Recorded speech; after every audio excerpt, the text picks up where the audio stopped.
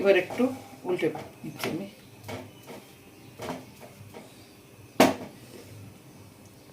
এটা কিন্তু আলু পরোটার ভেতরে যে পুরটা দেওয়া থাকে সেই ঝামেলা ছাড়াই এটা খুব ইজিলি তৈরি করা যায়। যারা নতুন রাঁধুনি তারা অনেক সময় কন্ট্রোল করতে পারেন না যে কীভাবে আলু পরোটা দিলে আলু থেকে বেরিয়ে যায়, কিন্তু এটা এইভাবে করলে আলু দিয়ে করুন আর এতে রাঙা আলু দিয়ে বা মিষ্টি আলু দিয়ে যাই দিয়ে করুন না কেন, ওটা একসঙ্গে যদি আপনারা করেন, যদি গোবি পরোটা করেন তাহলে ওটা একসঙ্গে মিশিয়ে তাহলে করা যেতে পারে, খুব ইজিলি প্রসেস এটা।